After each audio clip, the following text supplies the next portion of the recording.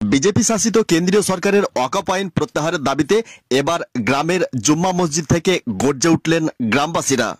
মঙ্গলবারের দিন নলহাটি ২ নম্বর ব্লকের শুক্রাবাদ গ্রামে আসরের নামাজ শেষে মুসল্লিরা সহ গ্রামবাসীরা ওয়াকফ আইন প্রত্যাহারের দাবিতে একটি বিক্ষোভ সমাবেশ করেন।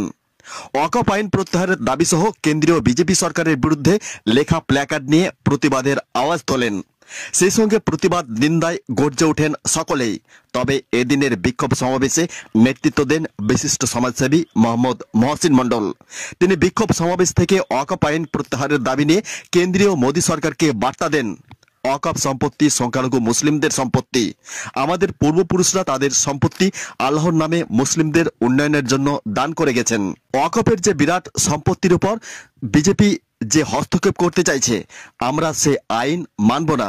অবিলম্বে তা প্রত্যাহার করতে হবে। তবে কেন এদিনের বিক্ষোভ সমাবেশ? নলহাটি নিউজ এক্সপ্রেসের ক্যামেরায় চিকিৎসক তথা বিশিষ্ট সমাজসেবী মোহাম্মদ মহসিন মণ্ডল কি জানালেন, শুনুন বিস্তারিত। আজকে আমরা ওয়াকফ যে আইন আমাদের কেন্দ্র সরকার জারি করেছেন সেটা খারিজ করা অর্থাৎ বাতিল করার জন্য আমরা একটা আন্দোলন, শান্তিপূর্ণভাবে একটা আন্দোলন করলাম। কি চাইছেন আপনারা? আমরা চাইছি ভারতবর্ষ হলো গণতান্ত্রিক ধর্মনিরপেক্ষ রাষ্ট্র। আমরা মুসলমান।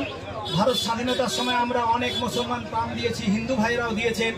কিন্তু আজকে আমরা সংখ্যালঘু নামে পরিচিত হয়েছি এবং আজকে আমাদের ভারতের যে সম্পত্তি মুসলমানদের আছে সেই সম্পত্তি হচ্ছে আমাদের কোনো বাপ দাদু ইত্যাদি দান করা সম্পত্তি। সেই সম্পত্তি আজকে কেন্দ্র সরকার চক্রান্ত করে আমাদের ভালো হবে বলে এটা আমাদের সংখ্যালঘু মানুষকে ভুল বুঝিয়ে এই আইন সংশোধন করার নামে, আমাদের উপকার করার নামে এই সম্পত্তি হস্তক্ষেপ করতে চলেছে। এই আমাদের নিজস্ব সম্পত্তি, কোথায় গোরস্থানে আমরা মাটি দেব, কোথায় মাদ্রাসা করব, কোথায় মসজিদ করব, এটা আমাদের ধর্মীয় ব্যাপার।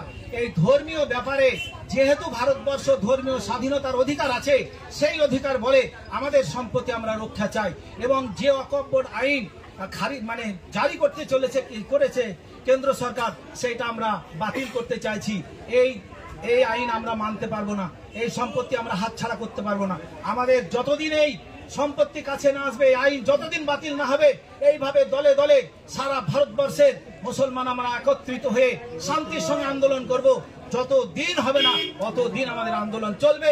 আজকে এই দেখেন আরো বৃহত্তর থেকে বৃহত্তর আন্দোলনে আমরা নামবো এবং আমরা আমাদের সম্পত্তি এই ওয়াকফ আইন বাতিল করার জন্য যা করার তাই করব। দত্ত হলে শান্তির সঙ্গে সংগ্রামে ছাতি পেতে বুক পাতিয়ে আমরা রক্ত দিয়ে দিব। কিন্তু আমাদের মসজিদ, আমাদের কোরআন, আমাদের গোরস্থান, আমাদের মাদ্রাসা আমরা হারাতে ইচ্ছুক নয়। আমরা এটা পারবো না।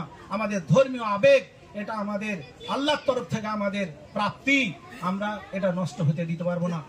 অবিলম্বে আমরা আমাদের প্রধানমন্ত্রী এবং কেন্দ্র সরকারের কাছে দাবি রাখছি, সেটা হলো আমরা রাজধর্ম চাই।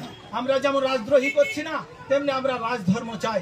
রাজধর্ম কেন্দ্র সরকার যেন আমাদের দিকে সুদৃষ্টি রাখে এবং আমাদের অধিকার, ধর্মীয় স্বাধীনতার অধিকার এবং সম্পত্তির অধিকার, বাক স্বাধীনতার অধিকার যেন আমাদেরকে দেয়। আমাদের এটা অবিলম্বে বাতিল করতে হবে। এই আন্দোলন যতদিন হবে না, আমাদের এই আন্দোলন চলতে থাকবে এবং একের পর এক বৃহত্তর আন্দোলনে আমরা সামিল হব।